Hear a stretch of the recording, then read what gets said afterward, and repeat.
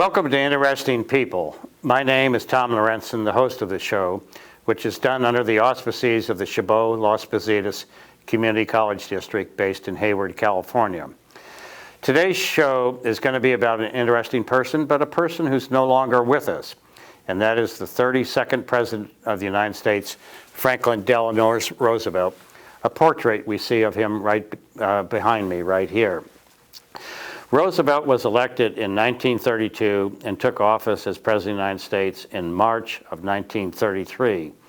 At that time, the inauguration took place at a later date than it presently does, which is now January 20th, when a new president is elected. Roosevelt is the only person to have served more than 2 terms as President of the United States and served an unprecedented four terms, dying just after he began his 4th term as President of the United States.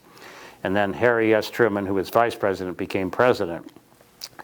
Roosevelt had been governor of New York before becoming president. And I want to put this in context because I'm also president of the Hayward Area Historical Society and look at this from a historical perspective. When FDR was elected in 1932, going back prior to then, Europe had collapsed in 1914, which fostered the beginning of what we call World War I. It was a terrible, brutal war. The United States had to change its position from being fundamentally an isolationistic nation to one that had to go over there to Europe to help stabilize things and bring the war to an end. It changed the whole paradigm in which the United States had operated under since its inception. In the United States involvement, right towards the end of World War I, the Russian Revolution happened and communism came into power in the Soviet Union. When World War I ended, it was a temporary ending, and a lot of other things started to happen after that. It was titled The War to End All Wars and to Make the World Safe for Democracy. Unfortunately, that was not the outcome. And with the rise of communism in the Soviet Union, then in 1922 you had fascism born in Italy under Benito Mussolini. Then in 1929 the Great Depression happened, and not only did the United States but virtually the entire world went into a major depression. And then in 1933 Adolf Hitler came into power in Germany and under the auspices of Nazism. So we now had communism, fascism, and Nazism playing a major role in Europe and in the world. It was a very dark and difficult period of time. There was fear that Western civilization and the effort to promote and develop democracy may very well be coming to an end. Some historians have said that we were right on the precipice to go into a dark age. With that, in the 1932 election, Franklin Delano Roosevelt was elected President of the United States. And he had a lot of very major decisions to make that were very difficult, very painful, and in terms of providing leadership for this country and for Western civilization. In so doing, Roosevelt had been paralyzed with polio. He had to use crutches. He could not walk on his own. He had to hold on to someone as he moved about. And under President Wilson, he had been Assistant Secretary of the Navy. He loved being on the water. It enabled him to have some quietude, to be able to think and reflect and think things through. So as president, he wanted to have a ship that he could go on. At the time, the Sequoia was the ship used by the President of the United States, and it was a large wooden ship. Because of his polio, he was concerned about the safety of the ship. He also felt it was a bit too ostentatious for a President of the United States to have. So he asked if there was a smaller ship that could be used, in essence, as a presidential yacht. There were a number of ships that were being produced in Manitowoc, Wisconsin, for use by the U.S. Coast Guard and U.S. Navy during Prohibition. Well, Prohibition was done away with in 1933 in November, and the ships were no longer needed for that purpose. So they took one of the ships, the USS Potomac, and converted it into a yacht. So it went from being developed for military purposes and police purposes to be used as a yacht for the President of the United States. It was much smaller than the Sequoia, and Roosevelt liked its modesty and its safety too, because it was a metallic ship.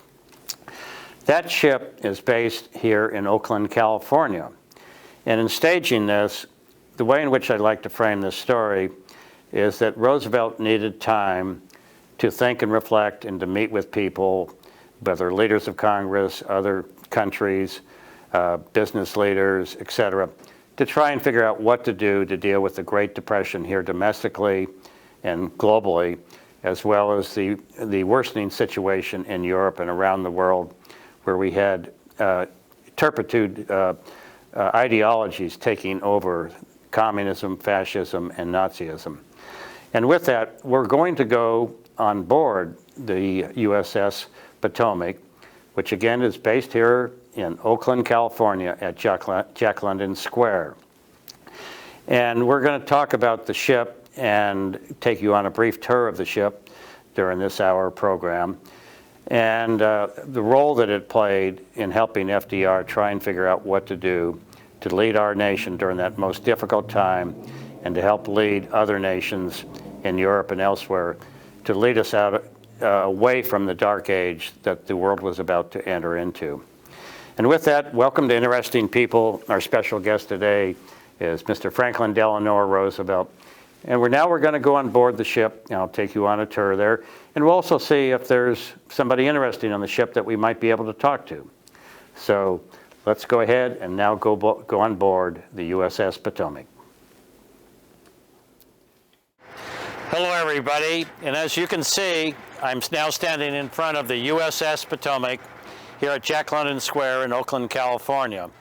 The ship that Franklin Delano Roosevelt used as his yacht when he was President of the United States. And we're going to take a tour of the ship, go through various parts of the ship, and then we're going to see if there's anybody on board the ship that might be interesting to talk to. So welcome aboard the USS Potomac, and now we'll go on board and take a look at some things inside the ship. Hello there. Now we're inside the commanding officer's private room here on the USS Potomac. This is where the captain of the ship resided, and he had a little bed here, a bureau, and what we call a typewriter. That was the modern computer at that time. And this was where the captain of the ship would sleep and work out of here. This is what we call the captain's berth. Here we see the typewriter again, where the captain would usually write his reports. All the master keys to the various portions of the ship are also kept here in the captain's cabin. Here we see a collection of reference books the captain uses to help him with his many duties as the commander of the ship. So this is it, and then I'm going to take you into another room, let you see what another room looks like. We are now downstairs in the ship, and we're in where some of the crew would sleep. As you can see, they have their beds here. They'd be folding beds. They would sleep in shifts, and when the president was on board, and this is where they would dine. And then there was another room back here where other members of the crew could sleep in here. In the forepeak, we see the classic sleeping quarters. The berths were stacked 4 high with just enough space to sit up. And as you can see, these are pretty tight quarters, but they were pretty good for the period of time. This is the typical sailor's attire of the time, alongside the gear they carried and stored in their living areas. And now we're going to go from here upstairs, and we're going to take a look at a few other things now. Hello, everybody. We're now on the upper deck of the USS Potomac here at Jack London Square in Oakland, California, the yacht that President Roosevelt used. And as you can see, there's a lot of other things here. It's the port of Oakland. We're container ships. And that ship behind us there is the John Glenn ship, owned by the Merchant Marine to be used as needed for military purposes. Now on the top of the ship here, this is where FDR could come up on top here in his wheelchair, and he could roll himself out to the back of the ship. He could fish, he could entertain up here, and it was a good place for him to relax and to think. And we have replica of what the lifeboats were. And the ship is pretty much the way it was when he used it right now. And it's open to the public, by the way, and we'll give you information later about how to come here and to visit the USS Potomac. And here we are at the back of the upper deck of the USS Potomac, looking out on the Oakland estuary, which of course leads into San Francisco Bay. And as you can see, the USS Potomac is based here at Jacqueline Square in a beautiful setting where people can come here, can go on cruises, can visit the ship while it's docked. And you can imagine what it was like here for FDR. He could bring himself up here in his wheelchair, could roll himself out here, could relax, could fish, entertain people, enjoy the sky, enjoy the water. And what a wonderful place this was for FDR to relax, reflect, and think about what to do for our country and for the world as we were dealing with the very difficult period of time, the 1930s and 40s with the Great Depression and World War II. So just imagine what it was like to be FDR here, trying to figure out what to do for the best interests of everybody in our country and the world. A lot of major decisions were made here by FDR. Now, welcome to the radio room. Now, come on in here. It's a small room, and this was the state-of-the-art communication center for the USS Potomac when Franklin Delano Roosevelt was president. And as you can see, it's a lot of shortwave information here, another typewriter. And it's a very small room. And FDR did one or more of his fireside chats to the nation right here from this room. But this was the communication center for the USS Potomac, a very small but important operation when the president was on board here. And you too, when you come on board here, you can see the radio room and communication center. It's a place where history was also made during the presidency of Franklin Delano Roosevelt. We're now entering the dining room here on the USS Potomac. It was called the salon back then. It's a word we don't really use for a dining room anymore. But this is where President Roosevelt could have dinner, lunch, breakfast, entertain guests, leaders of Congress, have meetings, and socialize here. Or he could be by himself and read. He had an interesting hobby. He was a stamp collector, and he loved to collect stamps. So here we are now in the dining room, and oh, there's somebody sitting here. Let's go over. Who are you? Hi, Tom. How are you? I'm Ford Roosevelt. You're Ford Roosevelt? That's my grandfather's ship. Welcome aboard. Well, my God, what a pleasant surprise to find you here. My pleasure. May we join you for a few Please, minutes? have a seat. Okay, wow. There's actually a Roosevelt on board the ship here. Now and then, we do appear. So you're the grandson of Correct. Franklin Delano Roosevelt and Eleanor. Correct. Wow. Yeah. Tell us a little bit about your family, whatever you want to share. I'll put myself in the lineage in terms of all the children that are out there. Okay. Franklin and Eleanor, as you probably know, had 5 children, and my dad was Elliot. And Elliot was the middle child and carried that burden with him his whole life, being a middle child. He was quite a character. But Elliot was the middle child and named after Eleanor's father, who was also named Elliot Roosevelt. Oh. Elliot Roosevelt, that one, was Teddy Roosevelt's brother. So the connections to the Roosevelt family go deep and are long-lasting. So Franklin and Eleanor are 5th cousins. Wow. I know. You know, with the Roosevelt, so Theodore was a distant cousin of Franklin, your Correct. grandfather, right? Correct. Now, what the Roosevelts, the Adams, the Harrisons, and the Bushes, there's 4 different families that have had 2 presidents from their families. Correct. And I think the Roosevelts are the most prominent by Well, I far. thought you were asking me which one of those was my favorite. That's an easy answer. Now, you're still a young man. Did you ever meet your grandfather or your grandmother? I met my grandmother. I was born after FDR passed away in 1947 and 1945. I was born in 47. And I met Eleanor. She came a number of times. My first meeting with her was with my dad when we went to see her in Hyde Park. Oh. And Hyde Park was by then turned over to the government as a museum and as a library. FDR did that and dedicated it before he died so that it would go to the government, not necessarily to the children or to his wife. And that was agreed upon before he died. Wow. He wanted it to be a living testament to his legacy. And it was actually, from what I know, the first presidential library. And now there are quite a few more, but it was the first one. And Hyde Park is upstate New York on the Hudson? Hyde Park is upstate New York on the Hudson River. It's about a 90-minute train ride from New York City. And it sits in a really great area where FDR was raised. He was, as you know, if you've read his biography, he's an only child.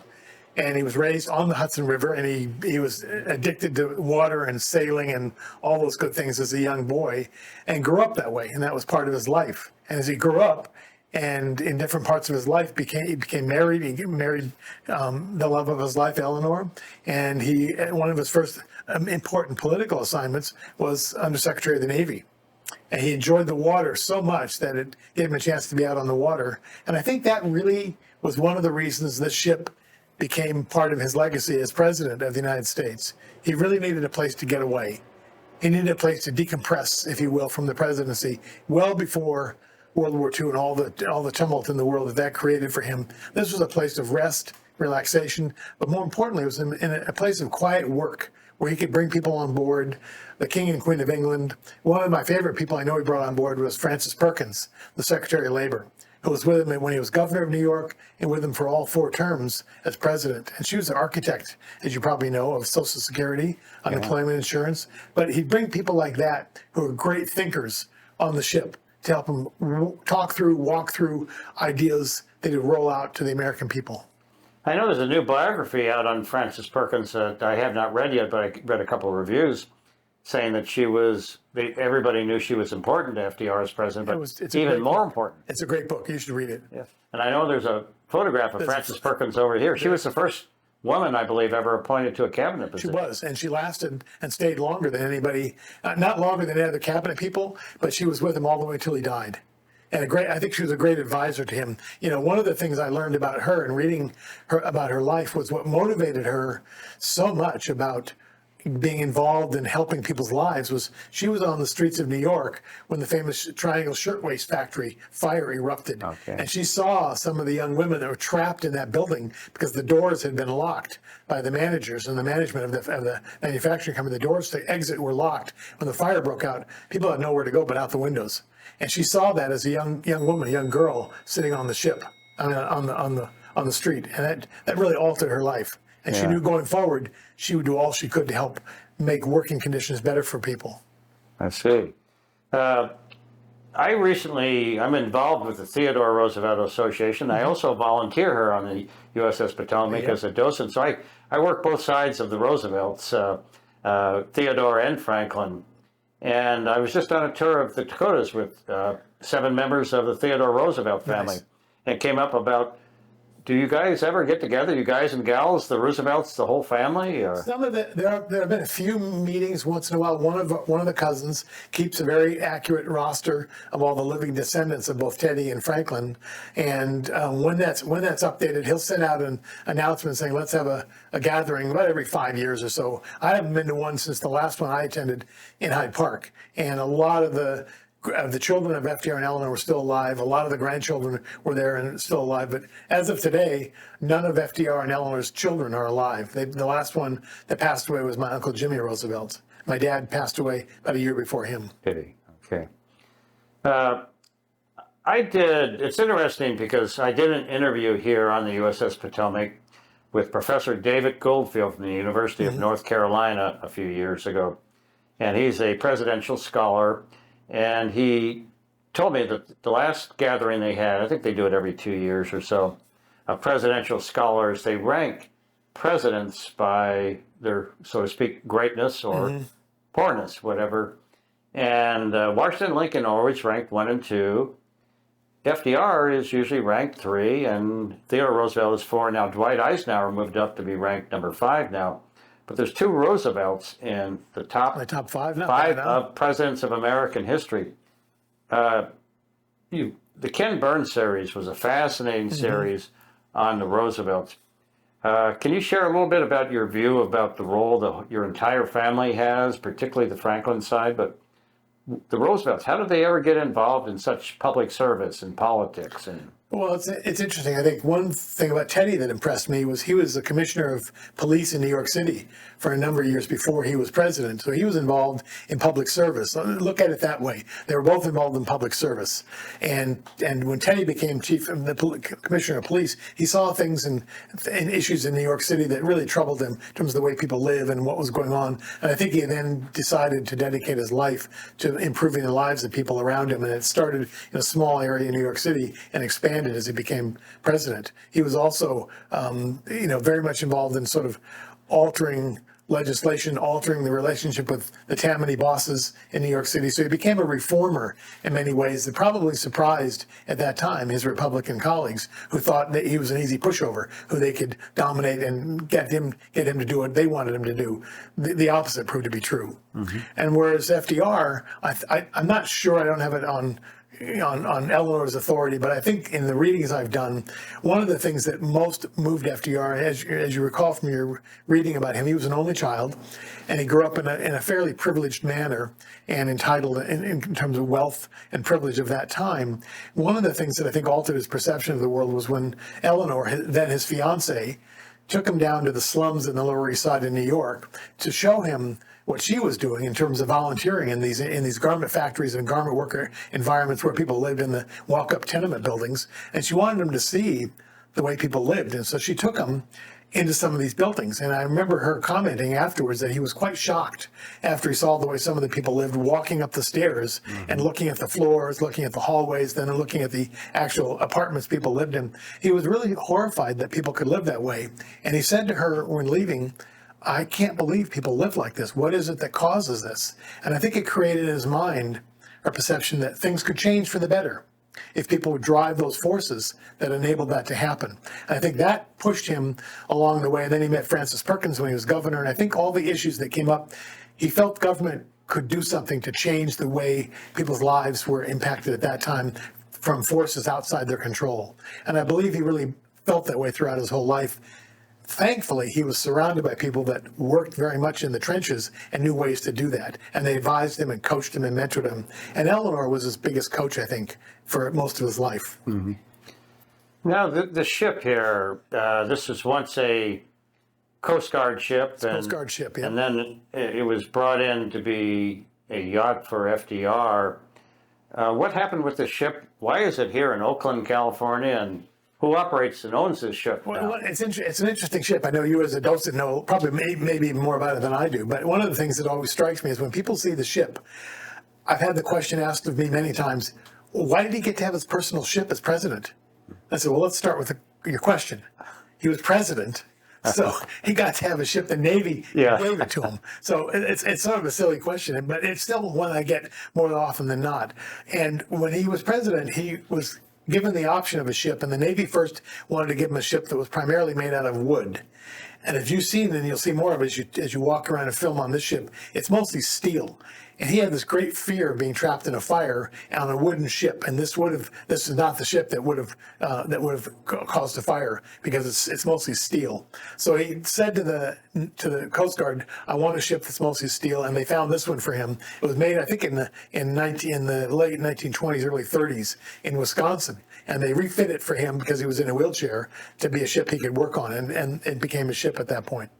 When he passed away, the ship then went into sort of disrepair, disuse. It went first to the governor of Maryland, if I have my stories right. And the governor of Maryland used it for a little bit, but he didn't really care for it that much. Eisenhower did not want it. So it went on to the governor of Maryland, who then, once he decided to move away from it, it went from one owner to another owner to another owner, working its way down the coast of Florida, went to the Bahamas once or twice, and then worked his way around the bottom of the tip of Florida up through the Gulf of Mexico. Ultimately, the plan was to have sailors sail it out to the Bay Area, to San Francisco and Oakland, and work it up towards Seattle for the World's Fair in 1966. I never made it that far. I've talked to a couple of the sailors that were on the ship when they sailed it around to get it here, and it broke down any number of times. Either the prop would break, they ran out of fuel all the time. It was just really a band-aided approach on how to get it out here in all of its glory as a presidential yacht. When it finally made it here, It was docked at Jack London Square and went through a series of challenges there. One of the worst was that it was impounded by the Coast Guard when a larger ship was docked next to it, and the Coast Guard impounded this and the larger ship because they found people that owned the bigger ship were throwing bales of marijuana onto this ship and then onto the dock, and so they took both ships under their control because of the drug laws at the time. Right. It was also a ship that had gone through transitions when it sunk at Treasure Island, and it was below water for quite some time and pretty much destroyed. I mean, if your camera pans around this room and on the ship, this is built as though it's a set for a movie. And it really looks very much like it did during FDR's time. All the furniture that you see, all the lamps around the walls are replicas of what it was like when he was on the ship. Well, speaking of that, I see this bell behind here.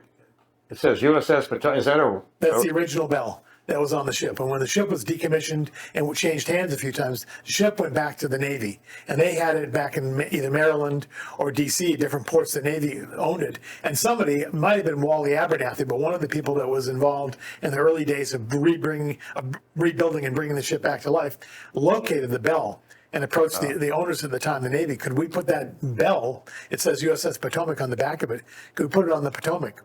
Under two conditions. One, you never clean it. It can't be, you can't put brasso on it and clean it. And you're not really supposed to ring it. You know, it's interesting, Ford, because people watching this program can hear there's a train going by. And we're right next to some police boats here for the Oakland Police Department. So we do get some background noise here. But that's part of the ambiance of being here on the USS Potomac. It's a very active waterfront. And the trains are the Amtrak trains. I'm a big train lover. You can take this train, you can catch it in San Diego. It'll go all the way up to Seattle. It's the Coast Starlight, I think. And I hear it all the time because I live across the water, and I can hear the train all day and all night. You do.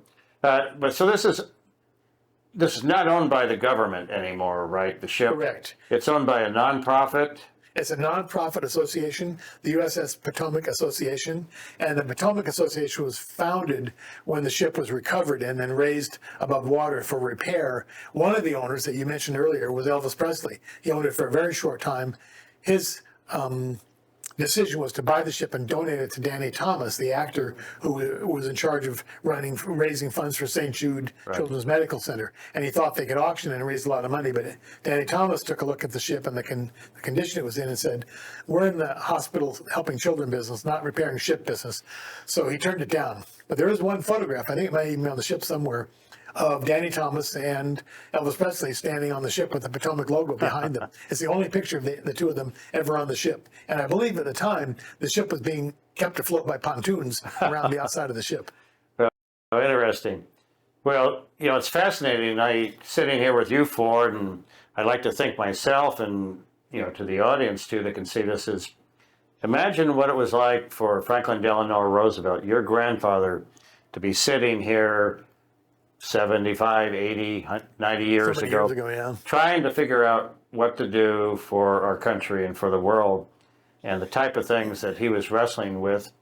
And what I'd like to do now is, I think we're maybe going to take a brief pause, and then we're going to walk through your grandfather's bedroom, this small bedroom here that he used, and then we're going to go on the after deck and continue with our conversation outside here at Jack London Square on the USS Potomac. Perfect. So let's go ahead. Let's take a break. Okay.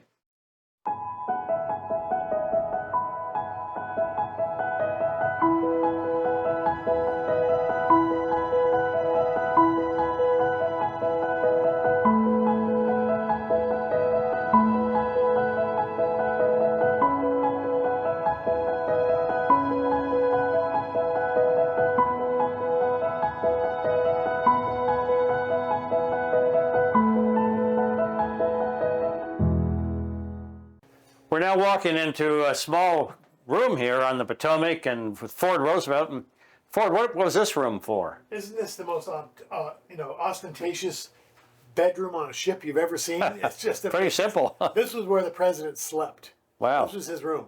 And what's special about this room is, as you know, he was in a wheelchair.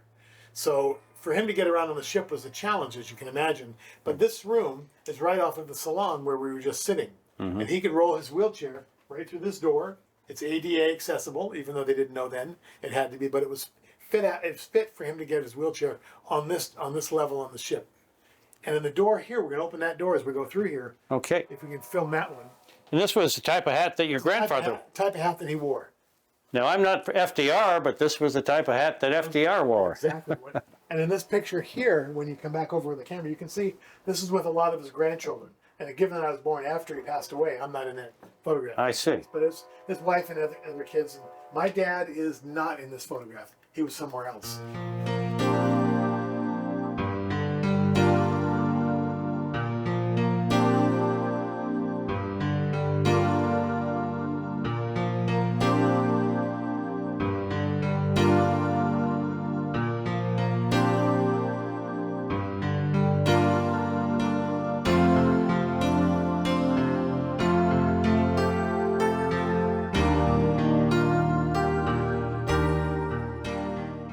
Okay, well, we're going to go out here to the after deck now and take a little walk out here. We are now sitting on the after deck here at the back of the ship outside, and sitting here again with Ford Roosevelt, grandson of Franklin Delano Roosevelt, who used this ship when he was president of the United States. Ford, tell us a little bit, what would your grandfather, what would he do in this part of the ship out here? What was this used for? This part is right outside his bedroom. So he could get his wheelchair by raising the front wheels over the threshold of that door or come out through the others. All the doors on this level of the ship have That's the train. That's the train. All the doors have a lip which you have to get over in case there's a lot of water coming on. It'll stop the water from going in the ship, just as a ship lore. This is the area where he would meet with different dignitaries, with members of his cabinet. Sitting behind me on this bench, he'd be able to sit in the middle and pull himself back so his legs were out straight, either releasing his braces that he wore almost all the time or loosening them. And when people sat on this and he was sitting back, they would move back also out of deference to him, and it put everybody in a way on an equal footing. They were all sitting in that position. Either not off, he wouldn't sit at the edge of the chair very often. It gave him a chance to relax his legs when he moved back and could loosen up the braces that were on his legs. And he met with everybody back here. Think of this as a relationship building part of the ship. He would bring members of the cabinet, members of the public, anybody he needed to meet with to twist their arm for legislation or just have fun and be on the ship, go fishing. He used this ship a lot. One of the trips he took was to go down out into the Gulf of Mexico, and he ended up going to Houston on this ship to give an address at the Democratic Convention, and he used this ship to get there.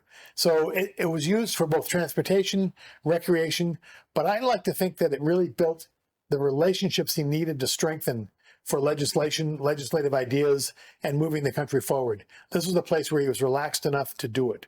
So imagine he's in the Oval Office. I'm sure you've probably seen pictures of him in the Oval Office at his desk, surrounded by reporters, cramming into the Oval Office, asking him questions, just peppering him with one question after the other, which is the style he liked. But on the ship, the reporters could be brought on the ship, smaller numbers of them, and then they could be asked, okay, time to leave. And they'd have to get off the ship before he sailed. So it was a great way for him to escape the tough times in the Oval Office, but also craft things that were so important for the country, whether it was for during the Depression, getting out of the Depression, and then during the war, when World War II broke out. He did not use the ship quite as often, but he did use it quite a bit for thinking, well, what comes next? How are we going to do this? And he was very comfortable on the water. He was a sailor. Yeah. To me, it's absolutely amazing the role that this ship played with Franklin Delano Roosevelt, your grandfather, to have this type of, develop these relationships, to have them here, to think, to work things through, and to relax. Because we all know that being president of the United States is a pretty intense job. Yep. Yes, I've never been there and I don't want to be there, but I had a chance to visit before he passed with the late Secretary of State George Shultz, and he told me a story about President Eisenhower. He was an Assistant Secretary of Labor at the end of the Eisenhower administration. Eisenhower asked him to stay after a meeting, and he asked him, he said, "George, do you play golf?" And he said, "No, Mr. President, I don't." He said, "Well, take it up." He said, "Why?" He said, "Things are so intense here in the Oval Office." He said, "The golf course is where I can have relationships, talk to people, in a easier manner and I accomplish as much on the golf course as I do here in the Oval Office. And I can't help but think that this is where your grandfather accomplished a lot for his presidency and for the country as well, right here. I think he did. I actually have a photograph. I haven't put it on the ship, but I have a photograph at home of FDR playing golf before he was stricken with polio. Right. And he was quite a good golfer, apparently. At least he's got a good backswing in the photograph. Mm-hmm. But he was quite a good golfer. Now, like on the ship, I know it's the public can come on here. There's dockside tours, there's charters, there's public cruises, and people have to pay, of course, because I know there's ongoing maintenance. It costs a lot to maintain the ship and to pay for the crew. And I think we'll put information on afterwards about how to contact for more information on the USS Potomac website and for those who would like to come on board the ship here. Now, you're personally involved here, and what is it that you really feel is important to you as a member of the Roosevelt family and other members of your family? Why is this ship important to you personally? Well, I think the thing that struck me about it when I was first on it a number of years ago, when it started to sail again, they had a small family gathering on the ship in the salon, and we went out into the bay and we were served dinner. I was really moved by it because I've been a history buff my whole life.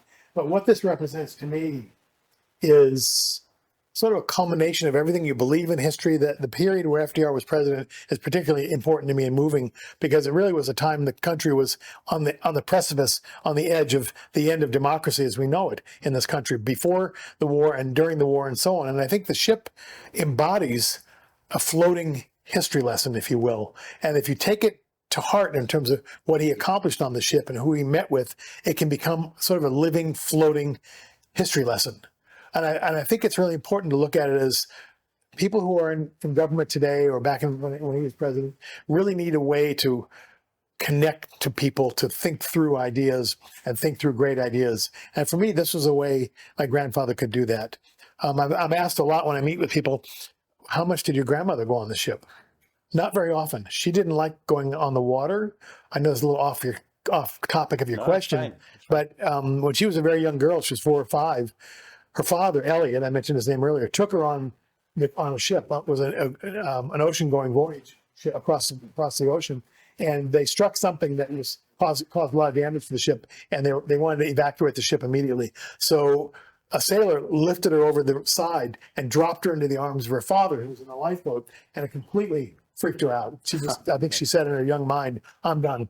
So she was not seen on the Potomac a lot, but think of her as a person who goaded and pushed and spurred FDR to carry on with good ideas he came up with, whether it was things from Francis Perkins or Louis Howe or any of the other people in his life. Eleanor, in my view, was sort of a spark that got him going. Even though she wouldn't have been on the ship a lot, she was integral to his success. I'm sure you're right. A few years ago, I had a chance to go to Scotland, and I was in Edinburgh and went on the Britannia, which had been the ship of the Queen of England. And I know that President Roosevelt had the King and Queen on the ship at one time. And did he serve a gourmet meal to them? Absolutely not. And they didn't sail on it. I think they went on a short cruise to Mount Vernon area, and that was it. They didn't stay overnight on the ship. They used one of the quarters below deck to change into the different outfits while they were on the ship.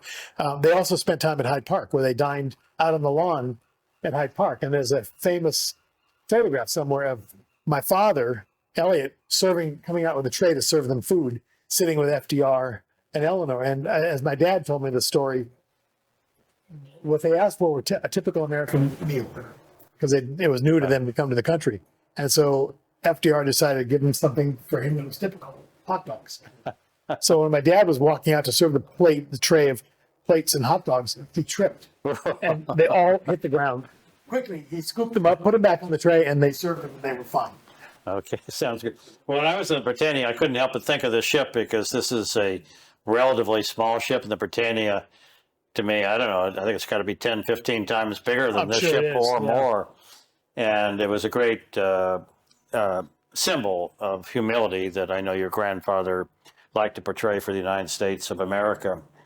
And with that, I think, Ford, we're going to wrap up this show here, this interview. Great. And again, the show is Interesting People, and it's about an interesting person. Franklin Delano Roosevelt, who was the 32nd President of the United States, under what was probably the most difficult times in American history, other than the Civil War, to stabilize our country and enable us to move forward. And we often grow concerned about our own moments in time. But being on the board of the Potomac here is a good opportunity to reflect upon a period of time that was, I dare say, a lot more troubled than this moment in time, and how important it is to have a sense of history and perspective and leadership. And this is what this interesting ship did for an interesting person. Franklin Delano Roosevelt as President of the United States. And now it's been interesting to sit here and visit with you, Ford. You're also an interesting person. And thank you for the visit here today. And to people who watch this, please come and visit USS Potomac and put yourself in a position to think about our country, the world, your own lives. This is a great place to come and relax and reflect upon everything. So, Ford, thank you very much for being with us today. Thank you for taking the time to visit with us. My pleasure. We'll see you again. Thank you very much, Ford. The USS Potomac Association Office and Visitors Center welcome visitors from 9 a.m. to 12 p.m. Monday through Friday. For inquiries, you can reach us at 510-627-1215. Voicemail messages will be attended to regularly by dedicated USS Potomac volunteers. Supporting the USS Potomac and preserving history is made possible through various avenues, including one-time donations, volunteering, or becoming a friend of the USS Potomac. If you're envisioning your special day surrounded by family and friends, consider hosting your wedding at one of the most picturesque venues in the Bay Area. Choose to exchange vows dockside or aboard a cruise on the stunning San Francisco Bay. For more information or to schedule your wedding event, please contact us at 510-627-1215 or via email at friends@usspotomac.org. For your convenience, parking is available at the Washington Street Garage, located between 2nd Street and Embarcadero Street, just 1 block away from the USS Potomac. Please note that parking validation is not offered.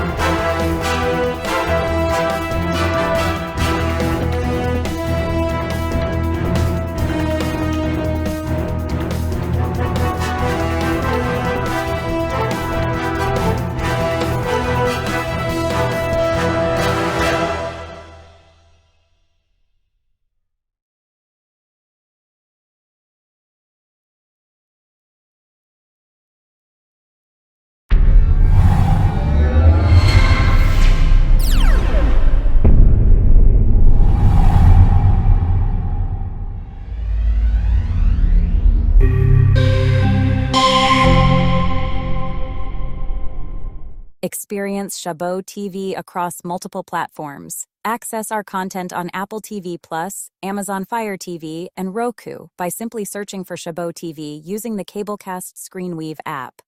For all mobile devices, our Cablecast app ensures you can tune in anytime, anywhere. Additionally, catch us on cable Comcast channels 27 and 28 in the East Bay in Northern California, as well as on AT&T Uverse on Channel 99. Search for Shabot TV. Never miss your favorite shows with our on-demand section, allowing you to watch at your convenience. For more information or to connect with us, visit shabotcollege.edu Shabot TV. Shabot TV, where entertainment meets accessibility.